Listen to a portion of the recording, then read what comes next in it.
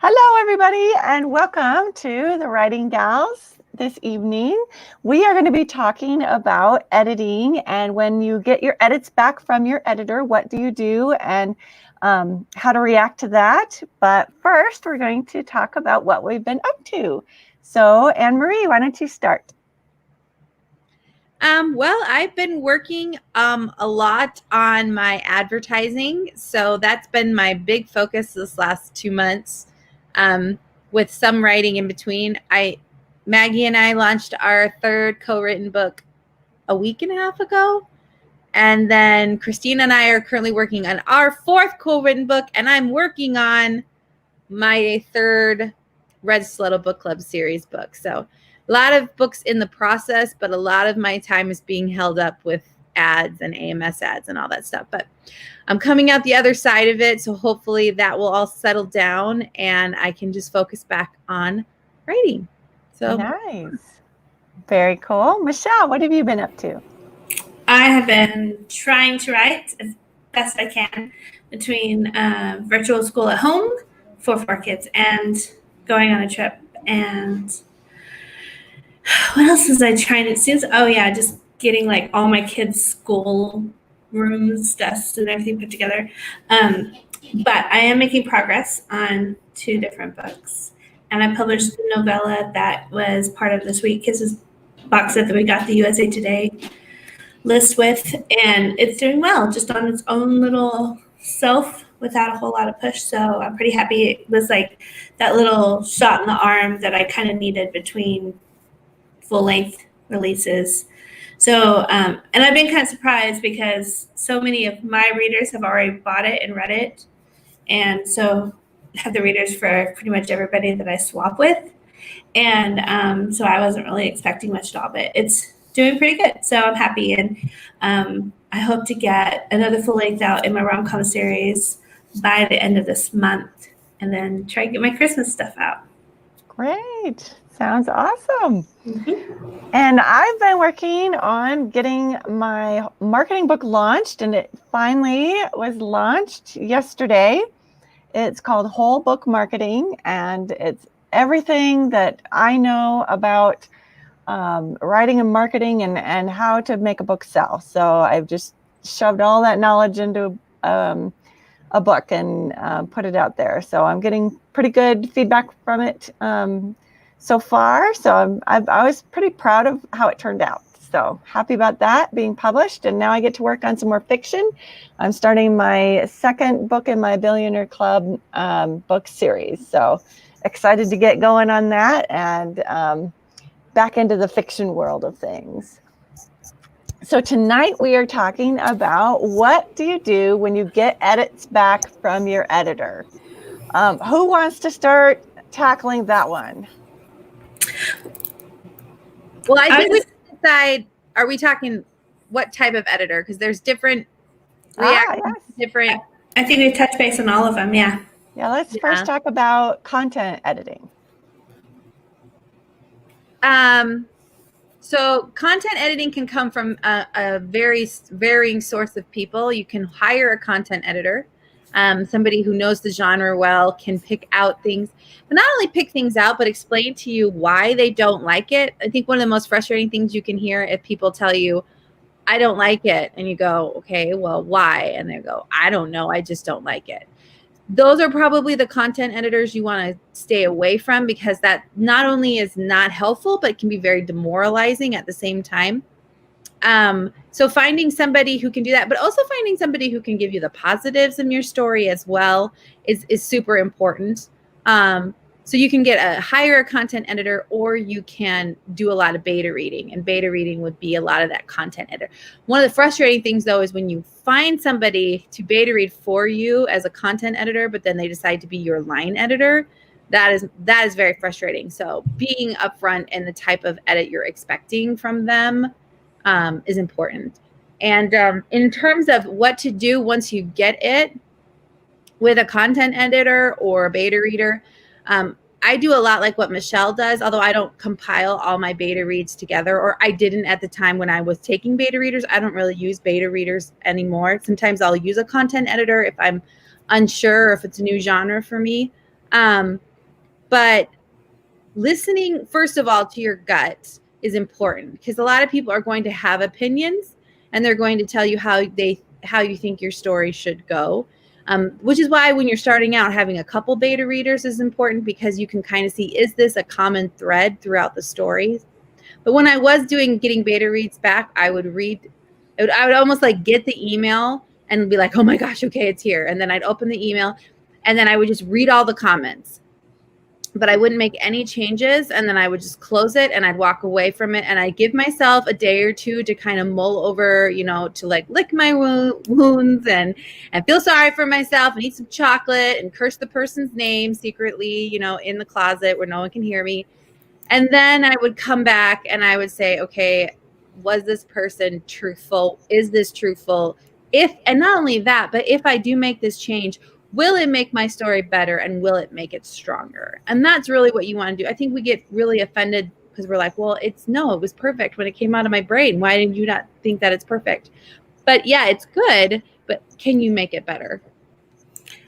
Yeah. One thing I always try to do is to recognize that even if they're pointing out a specific thing that they think needs to be fixed, and sometimes like the way they think I should fix it, that there's often a much easier way to create the same effect without completely tearing my story apart. So I think it's important to not just immediately tear your story to shreds, or to immediately just start at the beginning and start rewriting. A lot of times you can lose the direction that you were intending to go. Sometimes you're like, oh, this is, something that you need to add more drama here. You need to add more suspense, and you need to make this character meaner. And you really intended it to be like a light and fluffy romantic comedy, And so a lot of times the content editor may not understand what you were trying to do. And so they may be pushing you in a direction that's against your original vision for the story.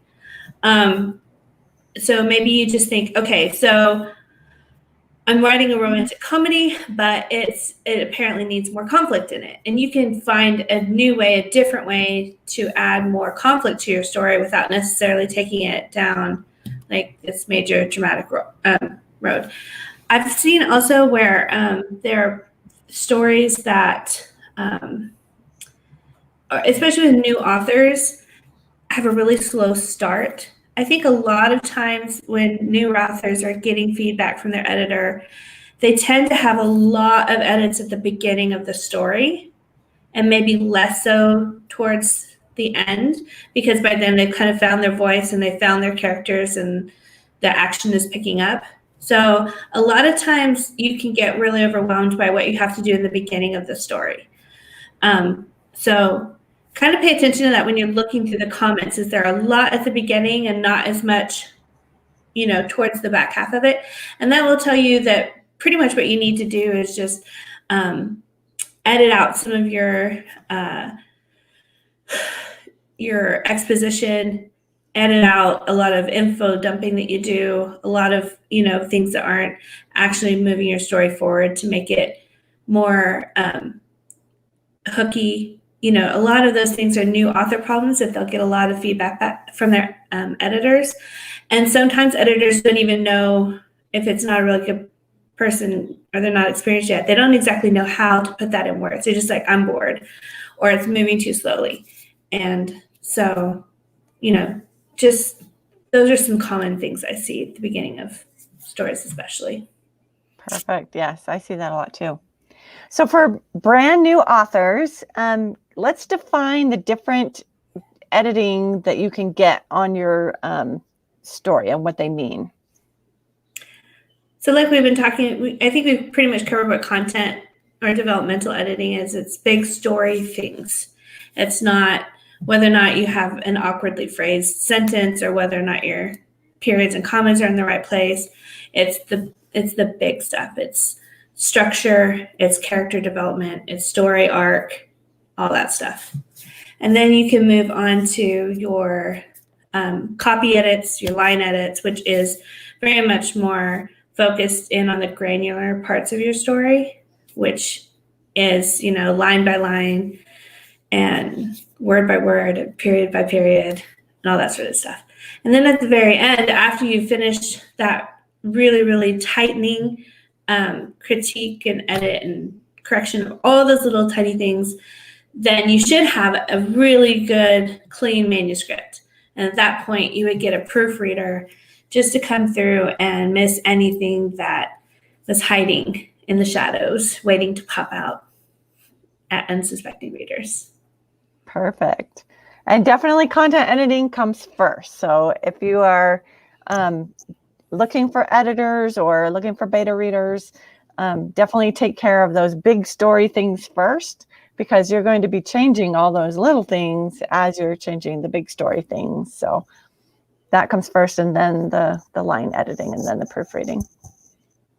So what do you do if you get back an edit from an editor and you don't like what they're saying?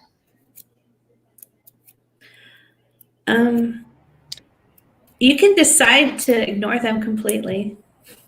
In fact, I've seen some posts in our group recently where someone was asking about, what they should do about all these things people were telling them that they need to fix in the story. And a lot of the advice was, does this person know what they're talking about? Do they read in your genre? Is this somebody that is, an expert in your category? And if so, then yeah, you can look at their advice more closely. And if not, you should take that into consideration. And a lot of people are saying ignore it. And I don't know. I'm very hesitant on the ignore thing, unless you were just willy-nilly grabbing an editor from anybody who would volunteer for you, right? Yeah. But if you went out and sought out a professional, then I would say you need to at least give them the consideration, or their edits the consideration that you paid for, right? Never go into an edit thinking that you're paying somebody to tell you how wonderful your novel is. Don't ever think that their only job or only response could possibly be to just tell you it's perfect and you just need to fix a few comments. The only reason you're hiring them is to help you find the weak parts of your story so you can make them stronger. And when they do that, don't immediately discount them, just because it hurts your feelings. I agree. I would definitely say also to get a sample edit from anybody who you are going to hire to edit, because sometimes you will get that sample edit back and you will be like, oh no, this is not what I'm looking for. I mean, I knew an author who hired an editor, and the editor went in and changed absolutely every sentence, basically rewrote it in their voice, and it was horrible. And they totally did not want that. And so get a sample edit, make sure that you and the editor are on the same page and you like what they're going to be doing for you. I think, like you touched on, anytime the editor is changing your voice or inflicting their personality or their style or their particular, preferences on your story, that's a big red flag. The editor's job is not to write their story, it's to help you make yours better. And there are as many bad editors out there as there are bad writers out there. It's just true, there are. And a lot of people think just because they know where to stick a comma that they're going to be able to tell you, how to fix the, story or fix your characters, and they don't necessarily know how to do that. In fact, I know a lot of editors that do all different kinds of editing, but in my opinion, some of the best editors are the ones that specialize in one thing or the other, because they've really been able to hone their skills in a particular editing skill, and they're not related that much at all. They're very different. Yes. Also, your editor should not be able to ask that you put them on the book as a co-writer, because that is not their job to co-write the book with you. They are the editor, and you can acknowledge them in the acknowledgments of your book if you want to, but you are not going to put them on your book as a co-author. While we're talking, if anybody listening has any questions specific for, you know, what they're doing with their book or the kind of edits that you're going through right now, be sure and ask them before we get off of here. We'd love to answer questions from anybody. So what kinds of edits do you guys currently get done usually for a book? I do just line edits and then a proof. Mostly because I don't have time to do much of the anything else, because I'm always at the last minute on the line type of thing. Mm-hmm. Yeah, that's what I do too. If I am unsure about what I'm writing, I will get a content edit done. But if I am writing in the same genre I've been writing in over and over again and really sure about what I'm writing, I will skip the content editing and get just the line editing and the proof. Yeah. I have kind of a cushy deal worked out with my content editor, which you guys have used before, but she works with me chapter by chapter. And so it doesn't usually take me that long after I finish to have all of her edits back. And it's really helpful for me. But I think that anybody, as you go on, you're going to need to rely on that kind of editing less and less and less. The more you begin to inherently understand, you know, story structure yourself and character development, like all these big picture ideas, the more you're going to be able to self-edit those. For me, I definitely still need a much more particular eye from somebody else on my line and copy edits, for sure. Yeah. In fact, sometimes I'm just like, I don't want to mess with this. I don't want to think about this. This is too hard. I don't care. Like, I'm throwing these very complicated sentence structures in here, and I don't have time for this. So I'm going to let someone smarter than me figure it out. All right. All right. We have a question from Writing Avalanche. How much is too much to pay for edits? What's a reasonable price for a good editor? I've seen people pay like $1,000 for like even just a developmental edit. And I'm just always like, oh my gosh. Like, unless you're like a big 5 publishing company that knows you're going to make $1 million on a book, like, I don't know why you would invest that much money in editing. Well, even then, more expensive doesn't necessarily be better. It doesn't. I agree. So I would be very leery about super incredibly expensive editors. I would want to see like references if I was going to pay a lot of money. I don't know what the standard is, and I honestly am not sure what it breaks down to for my editor. I just know I probably don't pay her enough, and I keep telling her she can raise the price on me, and she just tells me, oh, I know, I'm just too lazy to do it. So I'm like, well, then, you know, that's on you. But I pay her more because she gets it back to me so fast, and I value that a lot. But I also think that this kind of, you know, you have to be careful on who you're picking for an editor. But I also think that so my editor I found from a person, like, she's a personal friend. So that has been great. And I've kind of introduced her to the writing world so she can kind of start a career for herself. So sometimes you can find diamonds in the rough in your friends or people that you know. You can try them out for editors.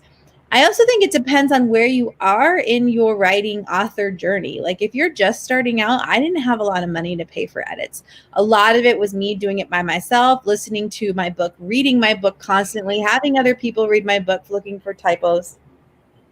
So that's really how you kind of start out. And then as you get more income and you have more disposable money coming in, then you can pay for more. But if anybody, it also depends on the length of your book, how long your book is. But I think if you gasp at the number they give you, probably shop around a little more, because really a good editor is a good editor, and just because they charge a ton of money doesn't mean they're gonna fix, you know, something that somebody else does not.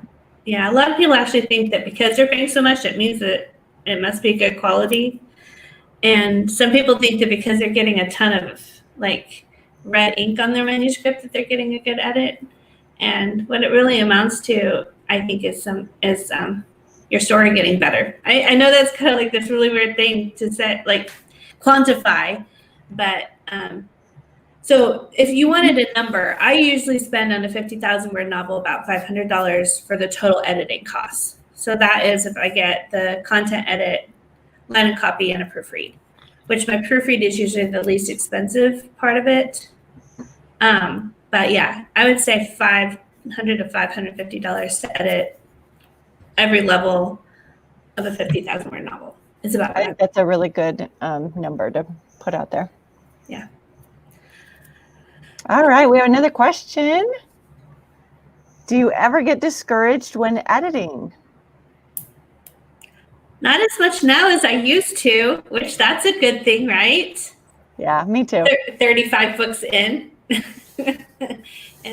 It's still depends on the story.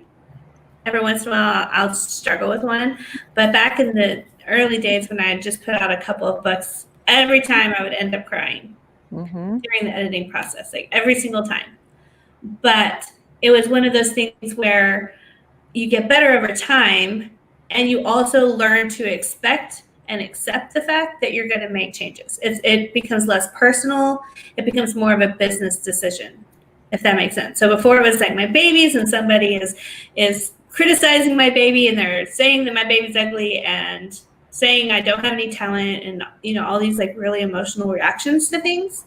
And now I still have emotions, but I'm able to say, okay, but for the sake of my business, I'm going to make these changes, and I'm going to look at this with an impersonal eye. And if I get really emotional about something, it's almost always to do with pressure I feel to keep readers happy, and am I going to meet their expectations? And it's not so much about like whether or not my prose is good or whether or not the story is structured. It's more about, is it hitting that sort of like special sauce kind of thing for me? So it's really an experience thing that you learn how to be more positive in the editing process and more professional as you go on. Yep, I totally agree. I don't get so discouraged when it comes to line editing. Most of the time when I get my line edits back from my editor, we have such a relationship built up. I just accept them all. And most of the time it's too because I've moved on from that story and I'm completely involved in a different one. And I just don't want to spend the time to go through that book again. So I normally just accept also. I don't get super discouraged in that way. In the beginning, and I probably should do this because I could probably get better, but in the beginning, I did go line edit by line edit because I wanted to learn for myself how to be a better writer. So I wanted to make my manuscript as clean as possible. But when it comes to line editing, it's really just like, where do you put a comma? This was a confusing sentence, and I cleaned it up to make it so it wasn't confusing. And my editor is good at being like, well, you said that her eyes were blue at the beginning, and now her eyes are brown. You want to make sure you're consistent and that kind of stuff. So that's kind of great. I think for me, it was the content edits or the beta reads that I would start to feel very discouraged. And I think because those are all opinion. There's no one way to write your story. There really is only one way, sort of ish, to put together a sentence and to edit it in that sense.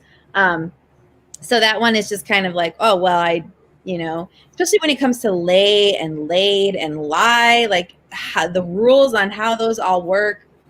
I just leave that up for my editor, and I'm just like, whatever, change it what you need to. So I guess if you're a person who wants to be that clean manuscript and you pride yourself in grammar. I hated grammar in high school. And so I'm like, my poor third grader is learning about verbs and nouns and all these things where I'm like, yeah, I kind of know like the basic things, but I like physically cannot get myself to learn more because it's like, there's something in my brain that's like, nope, you're done. This is dumb. This is stupid. Don't learn what words mean. You're done. So I don't get offended that, but it was more like I thought the idea was great, but somebody else didn't think it was great. And that's where it can get very hurtful. And you can feel it's kind of like you can feel very discouraged because you're like, well, did you even like my character? Or did you even like this part? Or, maybe I should just throw my whole manuscript. I'm thinking of Funny Farm. Just burn it all. So then he burns his book because his wife hates it. If you haven't seen the movie, see it. It's great for a writer. I love to watch it just for that scene. But anyways, yeah, when I was doing, I don't get so much discouraged now too, because I know what my readers like. And I'm like, well, you may not like it, but I like it. And my readers like what I like. Although I do think you have to be careful and not to be so, because I've known authors who who have been like, I don't use an editor at all because they change my voice and I'm the best. And no, you know, and so you kind of have to be careful in not being so, I'm a perfect writer and I don't need any help whatsoever. And then being like, whatever my editor says is gospel, so I will change my whole book to do that. So you kind of have to be somewhere in the middle where you're willing to listen to other sides and maybe contemplate it, but in the end realizing, no, I am the author and what I say goes. Yeah. Yep. Developmental tends to be the most discouraging edit, for sure. But funny enough, I think, most frustrated with proofreading, because I've yet to be a proofreader that does a good enough job for me. And that's what I get the most dings in my reviews about, is like, oh, I found some typos. I'm like, thank you. And so I'll have when they're like, I couldn't read it because of all the editing mistakes. all the typos. All the editing mistakes, seriously? I'm like, I'm sorry. I've had like 4 people send me typos. Because I'll have a proofreader and then I'll have a couple of ARC readers that will send me what popped out for them. And I'll have, if I have like 3 ARC readers send me a few typos, none of them send the same typo.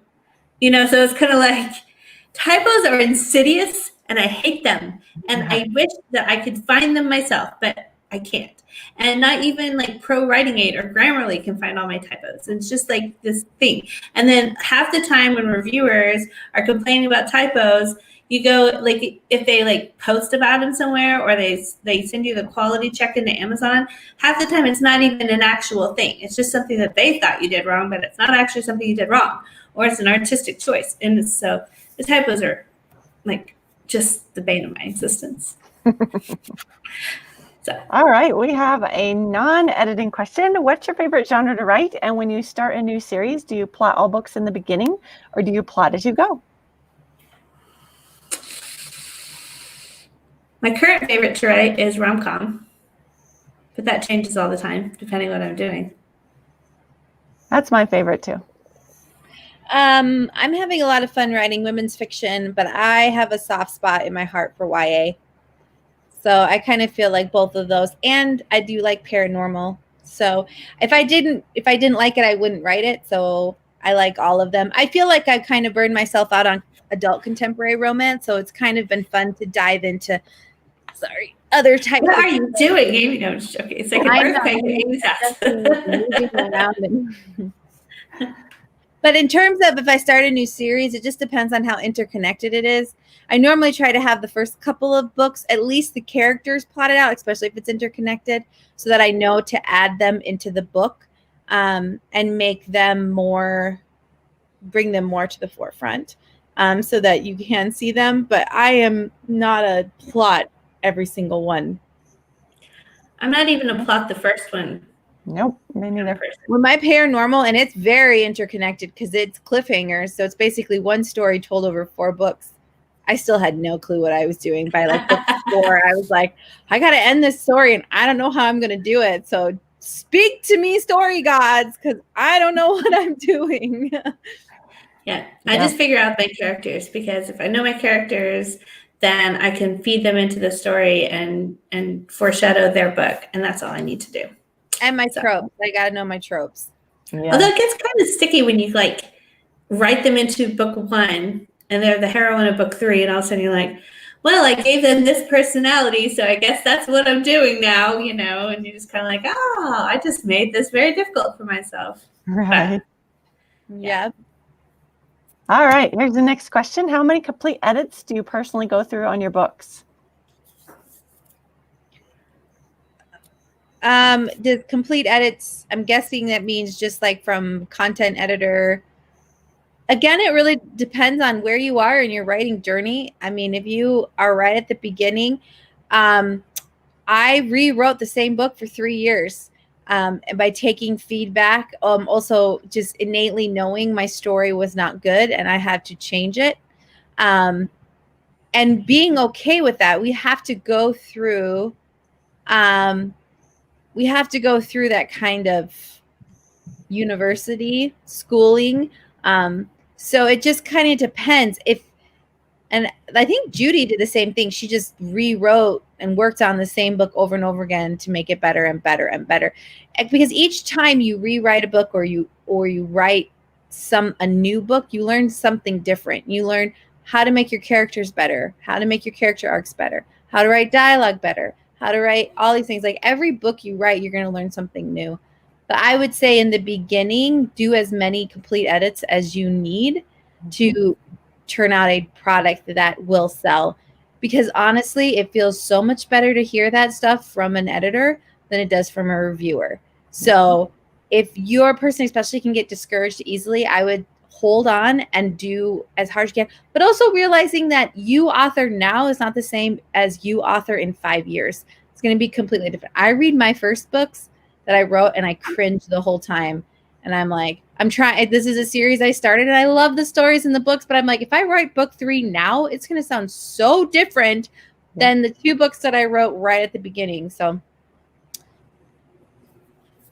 I think part of what she's asking is how many edits do you do yourself before sending to other editors or in between editors, possibly. So like when I first started writing, I would probably do 2 or 3 edits on a story before I started getting someone professional on it. And now I have 1 edit that I work on. And actually, I'm hoping to someday teach a class on this at the Nebraska Writing Guild conference. Someday. So, 2 postponements. Hopefully we get to do it in April. But my editing process has become where when I'm writing a story, as I'm going through it, one of the things I do is I write down a list of things that I know I need to fix in edits. And one of those is like, I decide to bring a story element in and I know I need to go back and foreshadow it. And instead of going back and rewriting it, then I'll just make a note to foreshadow this thing. Or I'll put down like, this character has an accent. You need to make sure they don't lose that accent. Or this person has a dog. You need to make sure they're not starving their dog or never taking it for a walk. Or this character has a baby. Don't forget about the baby. Like all these. I just make notes for myself that I know are my weaknesses, the things I tend to forget, the storylines I tend to drop. And sometimes I'll even see plot holes or as I go on, plot holes that I left in the story earlier. And then when I go back and do my edit, I basically just do a read through for, prose and how it sounds, but I'm also looking for places to fix all those things. Another one of those notes is like, I forget to talk about the weather. I forget to give like sensory details. I forget to give descriptions in general. And so a lot of those notes are just like telling myself to put in all these elements I know I tend to leave out when I'm drafting. And so by the time I get through that first edit, my work is actually pretty solid. I don't need to go back and edit it again. And then it's just time for my editors to do their thing. And I don't have to ever, and I'll knock on wood, but I don't ever have to take a story apart anymore.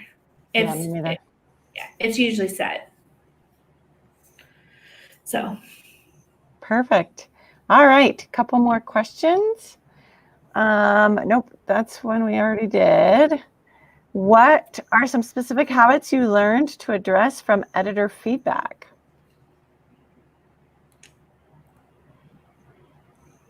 I say so, comma, at the beginning of a lot of sentences. So she really didn't like him. So da da da da da. Like I see myself typing it and I type it and then I delete it more often now. So, yep. And I write actually a lot. We're all going to find those like actually, and just the stupid things like that. You just kind of catch yourself doing those silly words. But mostly like on a bigger picture, one of the things I learned and something I talk about here a lot is that I write stronger secondary characters than main characters. And I tend to have, like if I'm not on my A game or paying attention, I have too much exposition at the beginning of my chapters instead of something that is more exciting, like with action, dialogue, something happening. So those are all things that were really important for me to get through out of my beta reading and my critique partners and some of my earlier edits. So I think I'm getting better at that. And I actually put together a 19-minute class on chapter hooks based on everything I learned from Korean dramas that was at the SMEAR conference last weekend. Yeah. And when they're done using it in October, I'm going to add it to our conference classes that you can now purchase for $99 and get until December, from October to December. So that class is going to come up live as bonus content in November for people who get that. So Great. That's one thing I definitely have learned both from editing and from Korean dramas is how to make stronger chapter hooks and better chapter beginnings. Mm-hmm. All right. This is for Anne Marie. That's terrifying. Did you finish book 4? I did. I wrote it and I got it done. Good thing I had like some time to kind of mull it over, although I took some time. So then I was like, I don't really remember the stories. So I had to listen to some of my audiobooks to kind of re-jog my memory. But yes, I got it finished. And it was positively received. So that was the best part. We were hearing about your stress when you were first getting into that. You were like, why did I do this? What was I thinking? I should have just written it all at once, but I got it done. And yeah. I'm in the middle of the same thing, trying to write book 5 at the end of 4 very interconnected books. And it wasn't the same continuing story like Amy's, but it was like super meshed together. And I waited like a year to write that last one. So it's hard. That is hard. All right. Any other final comments about editing? Oh, boop. There you go. You asked for it. You received One it. last question. How far in advance do you schedule your editor? You got to know your editor. I told my editor, I'm not going to give your name out to people if you don't give me first priority. So normally I tell her, hey, I'm about 10,000 words away from my story. Do you have work time for me? And she says, yes. So then I get to use her, and then she takes it and gets it back to me within a week. So that's awesome. So don't use me as a benchmark, because I have a different relationship. I think if you get to where you're trying to use the same editor over and over again, you just need to have that conversation with them and say, how heavily booked are you and how far ahead do I need to get on your schedule? Mm-hmm. Because some do schedule out 2 or 3 months ahead. And then it could be a long time for some editors if they're in demand or they're trying to, keep their editing schedule pared down for some reason. And so, yeah, you need to have that conversation with them.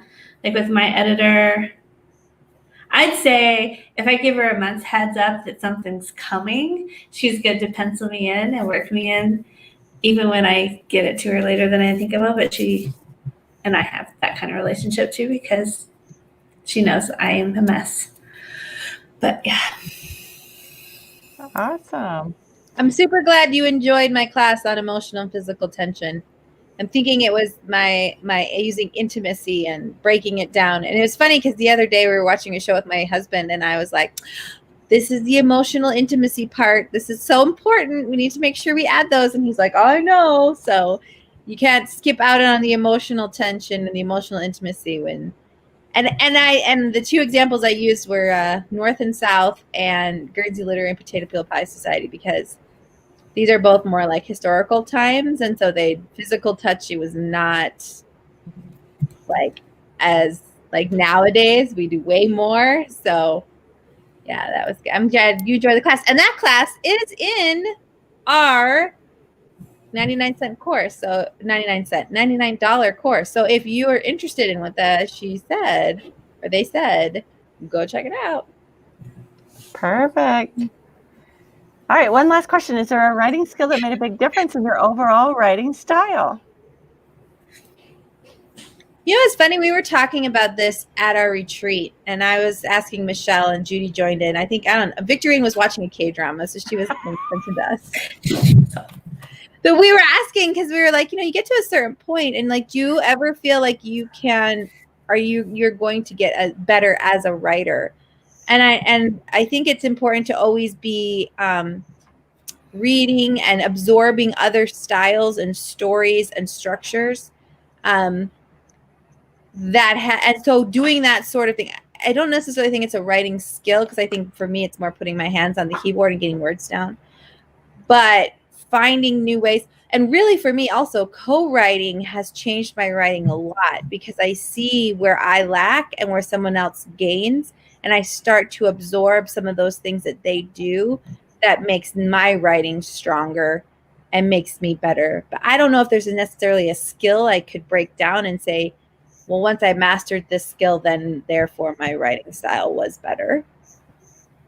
I think character development for me, that made my writing a lot better. And just going to classes and taking classes and just learning more about all the different aspects of writing, because there's so many aspects to it.